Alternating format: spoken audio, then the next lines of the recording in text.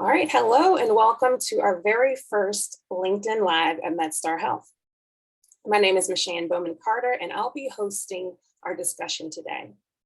We're dedicating this first LinkedIn broadcast to a topic that is top of mind in the healthcare industry and beyond. It's well-being, particularly the well-being of healthcare workers who have been challenged throughout this COVID-19 pandemic.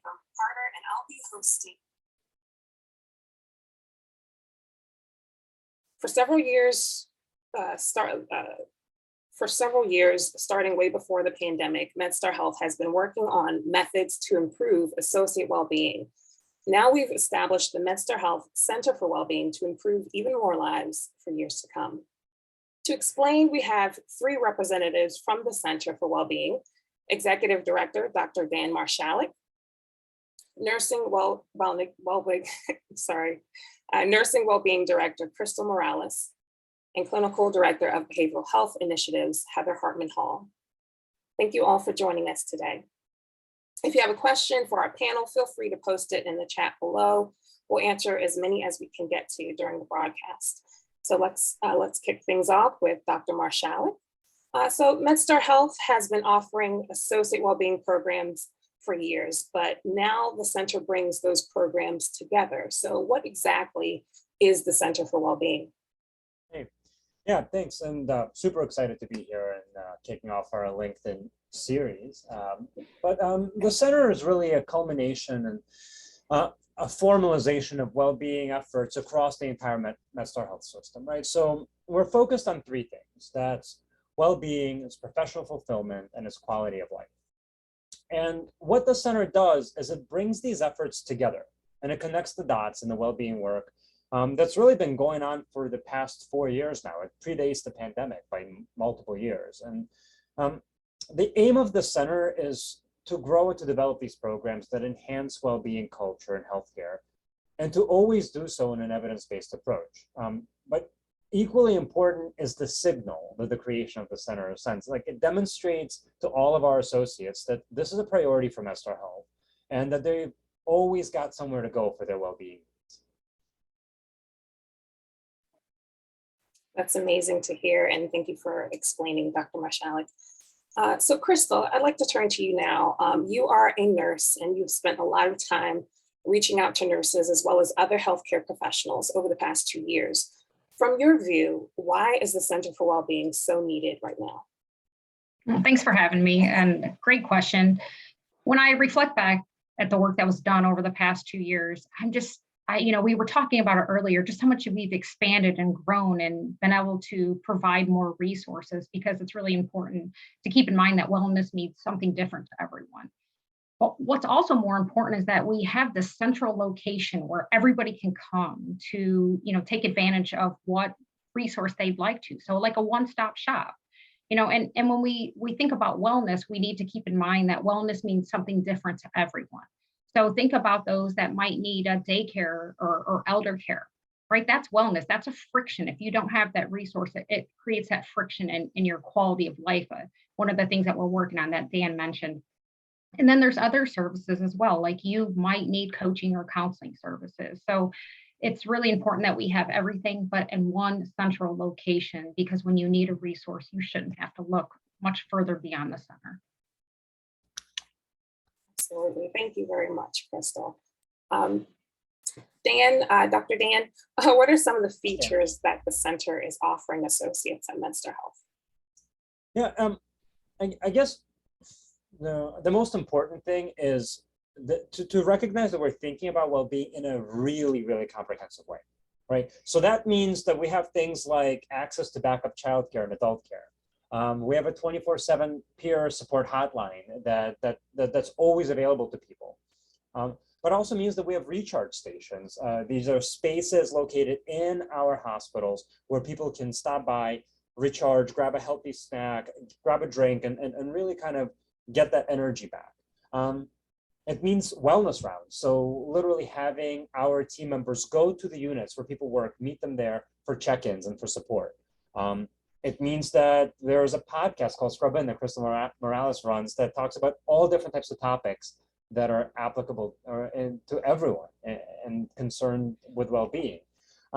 It also means training programs like the Stress First Aid program that Heather Hartman Hall runs, that takes knowledge that we've gotten from the military to enable everyone to both triage their own stress, but also their team members' stress. It's a Care for the Caregiver program that provides emotional support for caregivers. It's embedded resilience coaches on our floors. So, I mean, it's a variety of things. Like, we're really thinking about wellness in a very holistic way. Yeah, that's great, Dan. That's great that it's a holistic approach to treat the whole person, mind, body, soul, all of that, all of those components, because those components make up who we are.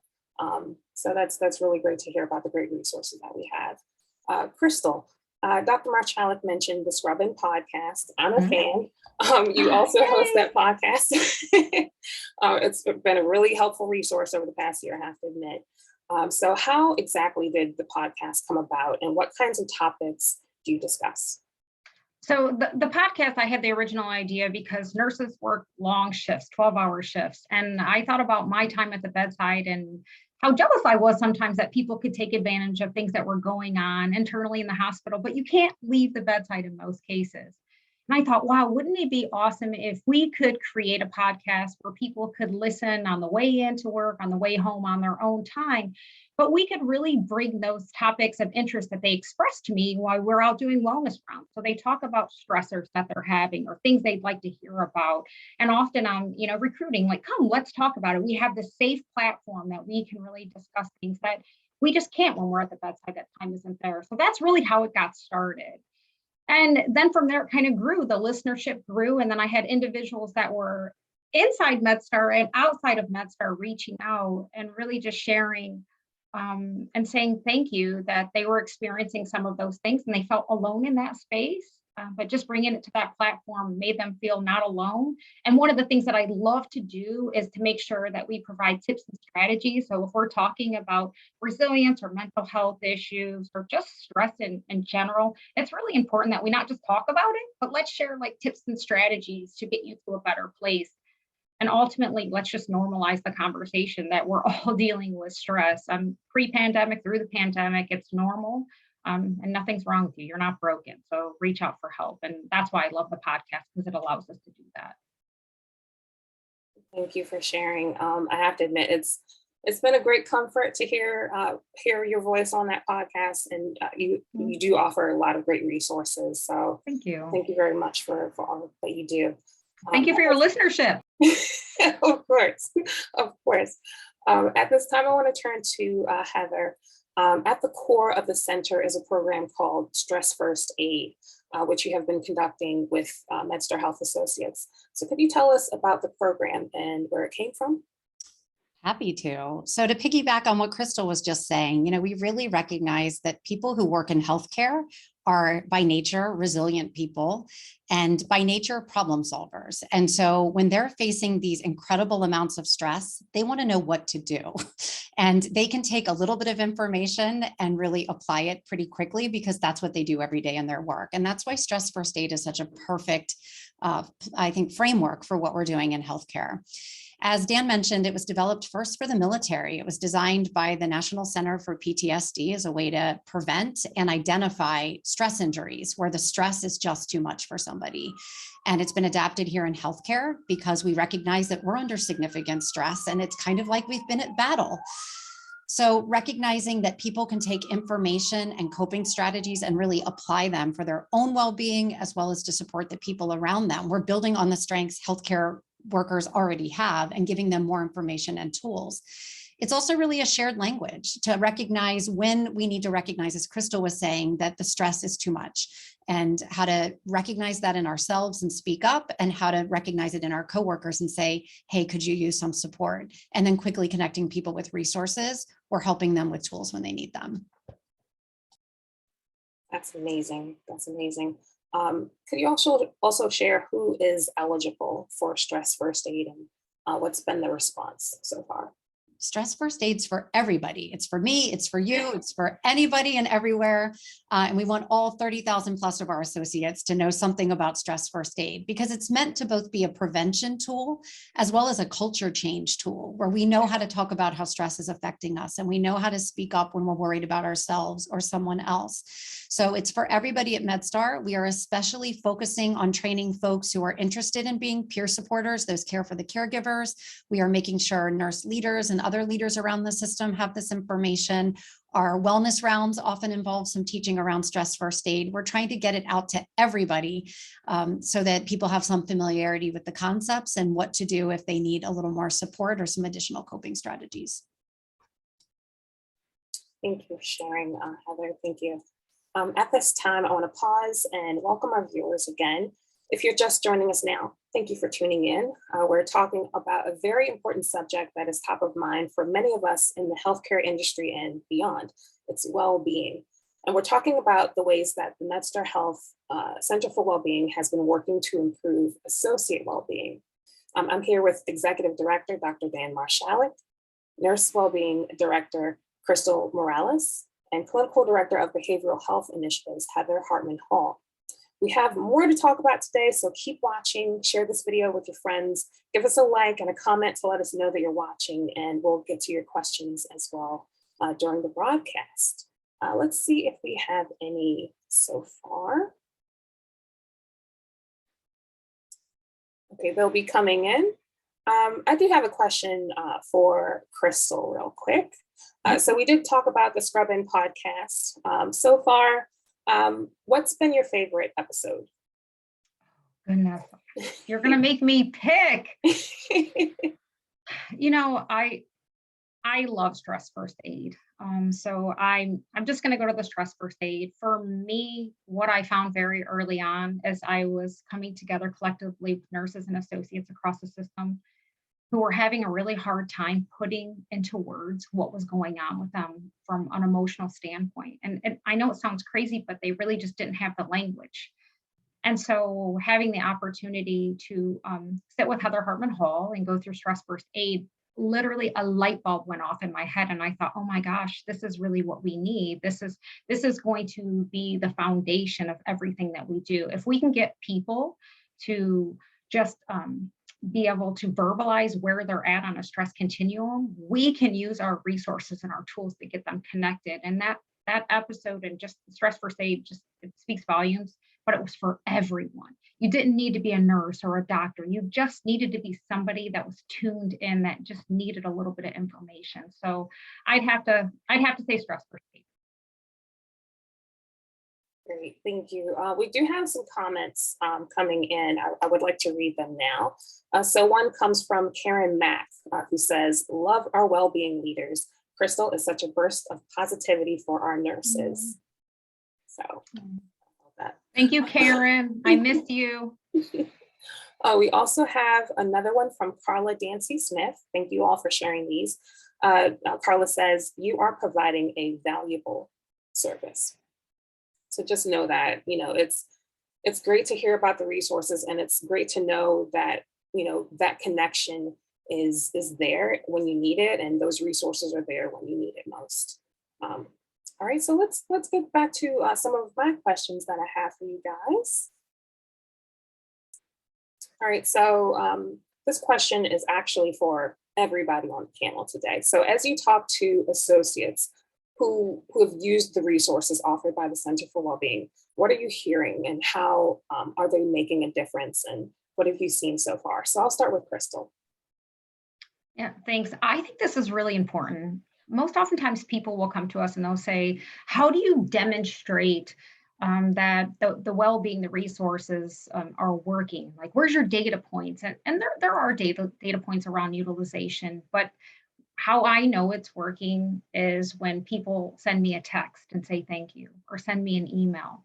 And most recently, without disclosing personal information, I was at one of our entities and I was doing wellness rounds, and one of the nurses ran out to me and she said, ask me how my son is doing. And I was so excited for her, because our last encounter was not that way. She had a son who needed some resources and she didn't know what was available. And I was able to not only help her get connected and share them, but I sat with her and showed her how to utilize the resource. So to see her run out to me and to say, ask me how my son is doing. And for me to say, how is your son doing? And she said, wonderful. And I just thought, that's how you know that well-being is working. That's what I'm looking for. So we have utilization rates and we have data points, but when you're able to hear personal stories or just someone say thank you, it makes it all worthwhile for me. I love that. I love to hear that. Thank Yeah, you very much for sharing that story, Crystal. I would echo that. I think Sure. we have a lot of these really wonderful individual stories, and I think all of us are getting these emails too. And sometimes we get emails where people are looking for support, and they're saying, "Listen, I'm not sure where to turn. Where do I go next?" But a lot of times we get these emails, and these are my favorite. It's, "I had no idea that," or "I can't believe that," and then fill in the blanks. Like, "I had no idea we had backup childcare. This has made such a big difference." Or, "I can't believe that Crystal Morales comes around to our ICUs and then pulls us aside, and then we do exercises with Crystal for 15 minutes. This is a huge break for us." Or, "I can't believe that the 24/7 hotline actually answers at 3 in the morning." So, every time we get one of those emails, one, we know that it made a huge difference for someone, but two, we know that the awareness is spreading across the system, and that means a lot. Thank you, Dan. Heather, what about you? Yeah, I would really echo that. To me, it's also seeing the culture change. I'm thinking about the first days of the pandemic when we started doing wellness rounds kind of on the fly, and people were a little bit hesitant. What is this? Who are you? Do I have to fill something out? Does this cost money? And now when we go on the floor with the wagon, the wellness team is here and everybody comes running excited and is happy to see us. Now, when I tell people, to Dan's point about the EAP or backup childcare, they're like, "Oh, I know, I've heard about that. I have the card. I gave it to my friend." There's such a shift in awareness and openness. And I think most importantly, how much I'm hearing leaders talk about this. Leaders are having wellness moments in their meetings. They're acknowledging their own stress. They're naming the grief and trauma people are seeing. They're asking us to come to their department meetings and do some wellness work with their folks. So the culture change that we've seen here at MedStar in a very short time, we always cared about well-being. Now we're really integrated into everything we do. And to me, that's been just amazing to see. That's awesome. Awesome. Thank you all for sharing your feedback and your stories. At this time, I want to go to Dan. I understand the center also includes a research component. So what is the goal of that research and what will it include? Yeah, that's a great question. I mean, for us, the research is actually a cornerstone of this entire program, because with every single thing that we do, we are committed to doing it in an evidence-based approach, the same way as we do everything in healthcare. And our center's been committed to this work under the direction of Dr. Miri Mete, who is our director of Wellbeing Research. And I'm thinking about something like Heather just talked about stress first aid. So it's an incredible, incredible program. But this program, we're doing it in an evidence-based way. We're collecting pilot data. We're collecting before and after data from our Train the Trainer program. I'm thinking about collaborative projects that we've done with other healthcare systems, like from Boston to California. We've been looking at sleep deprivation and well-being and the impact of gender on well-being. We partnered with Yale New Haven to look at the use patterns of the electronic health record and the impact that that has on well-being and our providers. We're looking at bringing well-being initiatives into our home health aid workers and what impact that has. So at the end of the day, we want to make sure that one, everything that we do is evidence-based, but two, that we're contributing to research across the country so that other systems can learn from us as well, so that we're not reinventing the wheel, we're basically growing together. That's good to hear that we're creating that model for success, and it's wonderful news. So Crystal, as we all know, we've just come off a major COVID-19 surge due to the Omicron variant. So how much were associates using the Center for Wellbeing resources at that time, and did you have to ramp up any of those services? I mean, this last surge was by far the biggest surge. And so anytime we're going into a surge, we know that we need to change the way that we're going to respond. Individuals are very focused and taking care of their teams and their patients. So it's really important that we go to them more often. This surge, it hit our urgent care centers first and the hardest. And they were really, really impacted. And so what we did from a wellness perspective was we started there with them through meal delivery, taking stress management, talking about grounding, and then just pitching in. I think about Maria Lieber, who is one of our PAs on our team, just going to urgent care like, hey, listen, I'm not an urgent care PA, but I'm here and I'll do whatever you need for me to do. And so that meant handing out clipboards, helping patients, answering questions, whatever it was that she could do to pitch in, delivering meals at nights to all of them. And then as that started to swing down and in towards the hospital, then our focus became at the hospital entities as well. It meant more boots on the ground, more wellness rounds, taking resources to them. So we just adapt in that nature anytime we're going through a surge. Thank you. Thank you for sharing. Dan, as more are seeking out these resources during the pandemic, are we measuring the success of the Center for Wellbeing? And if so, how do you guys do that? That's a good question. And I mean, the answer is, of course, right? Because like I said, everything that we do has to be evidence-based, and we are collecting data for everything because we need to know what works. And I mean, I can tell you, it comes as no surprise. We've had record numbers of associates using the center during the Omicron surge, right? But that's what we want to see.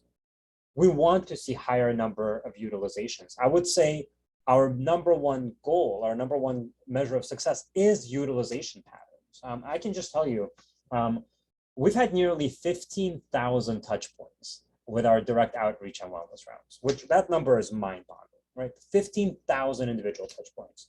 But in January alone, we had 2,500 touch points. So that just tells you at one, how much the utilization goes up, but how much we can ramp up the response to make sure that we're ready for it and that we're supporting people when they're ready to reach out as well.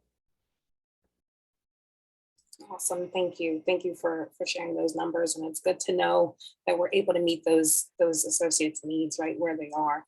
At this time, I want to take a break and answer a few of our audience questions. Thank you all for tuning in and sharing your questions with us.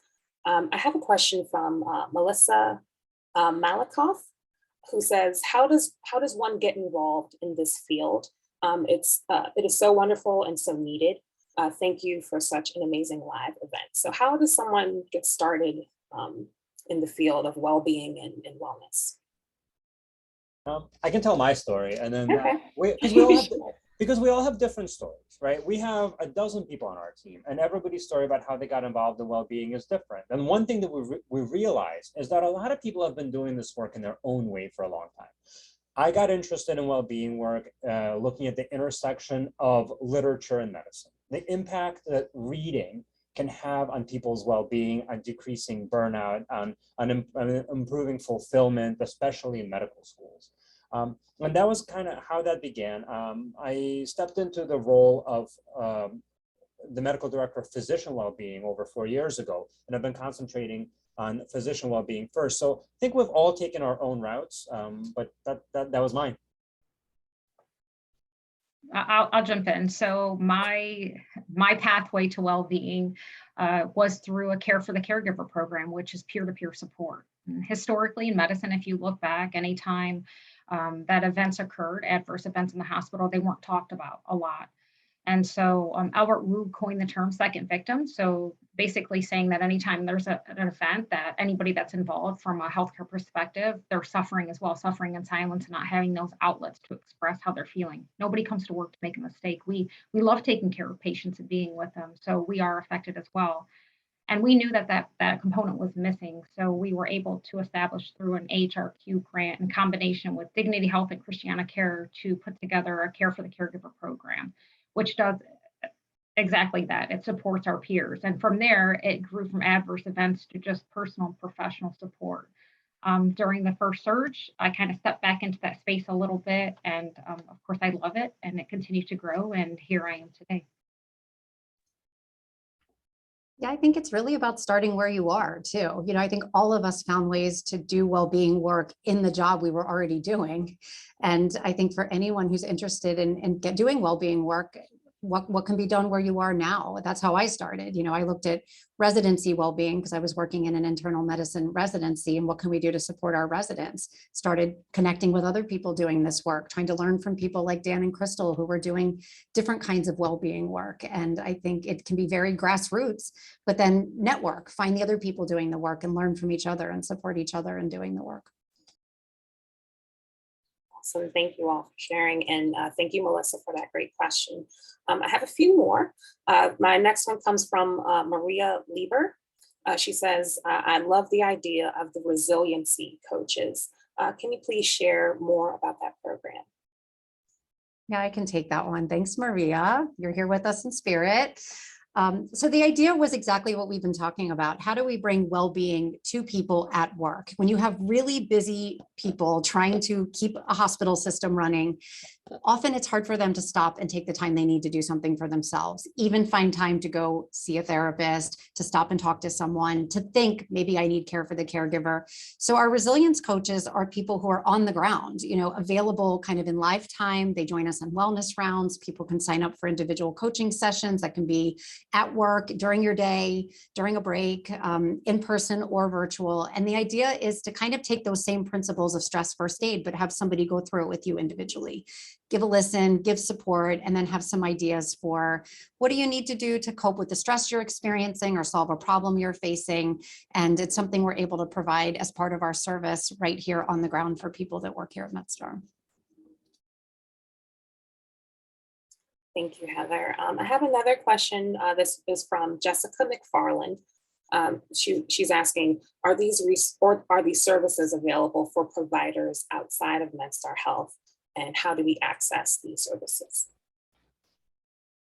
So some of the resources, there are plenty of resources that exist for healthcare workers across the country that are available through the American Medical Association, National Academies of Medicine, and that have toolkits and a bunch of other really, really useful personal resources. The ones that are specific to MedStar Health are specific to MedStar Health associates and their families. But again, there's a lot of really wonderful work being done by national organizations that support people across the country as well.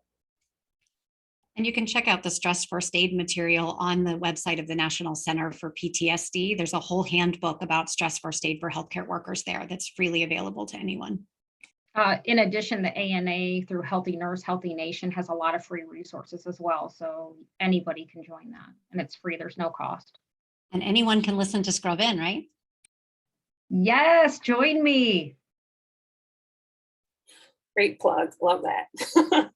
I have one last question from Susan Bowen, who says, how does spiritual well-being fit into all this? Whenever we talk about well-being, we talk about all the facets of well-being. And that's part of our holistic approach, is recognizing that it's not a one size fits all and different things are important to different people. So when we're doing wellness rounds, when we are doing care for the caregiver, when resilience coaches are sitting with someone, those are the kinds of things we're going to encourage people to reflect on. What is your well-being? Do you need the backup childcare? Do you need spiritual support? Are you struggling with a patient death? And we can guide them appropriately from there. Some of our well-being advocates are actually our chaplains, who've been a wonderful resource and can definitely provide some of that spiritual support. I've seen our wonderful Reverend Sherry and Reverend Charlene at Franklin Square stop and pray with people when they ask them to. So we really have a variety of services to offer people, and we encourage people to think about an individualized approach to well-being and how do we connect you to what you need. And that's part of what we'll encourage people to reflect on and what we'll guide people to do. I was just going to comment, Heather puts together many wellness strategies, and there is something for everybody, including spiritual. So the idea is you find, I call it your wellness love language. So some people love to meditate. My energy is really high. And so sometimes it's really hard for me, but there's something for everyone. And the way that Heather has compiled this mini strategy, like I said, something for everybody, but it addresses all of the facets of well-being. Awesome. Thank you very much. I have one other question. Sorry about that, from Karen Mack. She's asking, what has been successful in messaging to clinicians that seeing a therapist is a normal practice, particularly in times of stress? Yeah, that's a really, really important question because as everybody knows, there is our providers are some of the least likely to reach out for support because of a historical stigma around seeking help, concerns about whether whether it's okay or not okay, whether you'll be judged for it, and so on. We're really actually it's one of the things we're most proud of is how much we've been able to break down that barrier and change the culture. Just to throw out this number, the utilization rates of our employee assistance program for our physicians is almost 3 times higher than the national average, and our overall number of utilization is about 50% higher than the national average. I mean, these are astronomically higher numbers, right? Like we're talking about a completely different ballpark. And the reason for that is because we've been able to change that culture, to break down the barriers, to make people feel like it is okay to reach out, that these resources are here for you. In fact, the entire campaign that we have around well-being is only 3 words: here for you, and that's it. And I think when people see that again and again, it starts to kind of really sink in and resonate, and people feel more comfortable. Thank you, Dan. Thank you, Dan, for sharing that. I have a question for Crystal. So it's important to remember that we may have a lot of non-healthcare workers watching who may be thinking about their own well-being. And it's a huge topic for everyone right now. So does the center offer any strategies that everyone can learn from? Yeah, absolutely. Yeah. And I try to share with everybody that even though we have different professions, stress is pretty universal, right? So I would venture to say that we could sit in a room with 20 individuals and we could all come to some common denominator, and that's going to be stress. And so one of the things that that you can do, even if you're not part of MedStar, is join us for the podcast. We talk about different things. We talk about how stressors impact us, and we try to identify different strategies and techniques that you can take and talk about different topics. I think one thing that we didn't talk about today is that the impact that it's had on our families. And this is important because it's not just impacting us, but we have children, we have spouses, our whole lives have changed. And I think it's important to talk about how it's impacting them and different resources and strategies. And that's something that we're looking into right now and making sure that we have resources for them as well. I can't come to work when my family's not good, but when my family's good, I'm living my best work life ever. So it's really important for us to make sure that we have resources for our associates and their families as well. Thank you, Crystal. I'd like to turn to Heather. We talked a little bit more around the audience question of stress first aid and how this is a strategy that everyone can use. So could you elaborate more on that? Yeah, I think that's why we have found stress first aid so useful, is because it's not specific to one kind of stress, a nurse's stress, a physician's stress. It's really any kind of stress. And related to what Crystal was just saying, it might mean your work stress, it might be your home stress, it might be a combination of both. Something like the stress continuum, which shows us zones to be aware of how stress is affecting us. Am I in the green zone? Am I in the yellow, the orange, the red? All of us can relate to that. And any kind of stress can get us into the orange zone. It doesn't have to be necessarily work related or about a patient. It might be, but all kinds of stress can get us to that point where we're having some kind of negative effect. And that's why stress first aid is for everybody. And that's why it's been so successful across our system. Thank you. I can definitely attest to that. I heard about stress first aid first from the Scrub In podcast, and then more and more as we're learning about the Center for Wellbeing and the resources that it has. That chart, the green, yellow, orange, and red, I think I have the colors correct. That opened my eyes to see, like, okay, let me focus, let me be in the present moment, let me focus on how I'm feeling, how I'm doing today. And that totally, reflects on how you react during the rest of your day and the work that you do and the care that you provide even. It definitely does translate. So thank you for sharing that, Heather. So my final question goes to Dr. Dan. As we emerge from this latest COVID surge and eventually get to a better place in this pandemic, where do you see the center going in the future? Yeah, it's a really important question because we're moving beyond crisis response at this point, and we're really thinking about creating strategies for well-being for all healthcare workers, right? So we're developing apps that people can download. We're working on certificate programs and trainings that people can take back to their departments. We're creating new solutions that have been brought to light by the pandemic too, right? The pandemic's illuminated a lot of problems that definitely require new and innovative solutions, and we're up to the task. So, we're thinking about taking out the friction out of daily work life. So improving dictation services, optimizing the electronic health record, these things that kind of make your job easier to do and bring professional fulfillment back. And our goal really remains transforming the culture of healthcare, right? To make well-being a real priority for every organization. And I think in a lot of ways, these issues, they're not limited to healthcare, right? Like every organization in the country, not just healthcare organizations, every organization can and should be thinking about well-being as a strategic priority. And I think this is what MedStar has done so incredibly well. And we're super excited to be a part of that. That's amazing. Thank you, Dan, for sharing that. And thank you to the rest of our panel today, Crystal and Heather, for joining us and helping us learn more about this very, very important program.